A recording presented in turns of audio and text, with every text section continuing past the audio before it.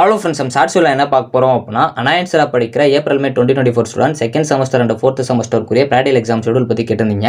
First பார்த்தீங்க அப்படின்னா உங்களுக்கு கிளாஸ் ஸ்டார்ட் ஆகிற வந்து 13 மார்ச்சில் ஸ்டார்ட் பண்ணி லாஸ்ட் ஒர்க்கிங் டே வந்து 13 ஜூனில் வந்து முடிச்சாங்க.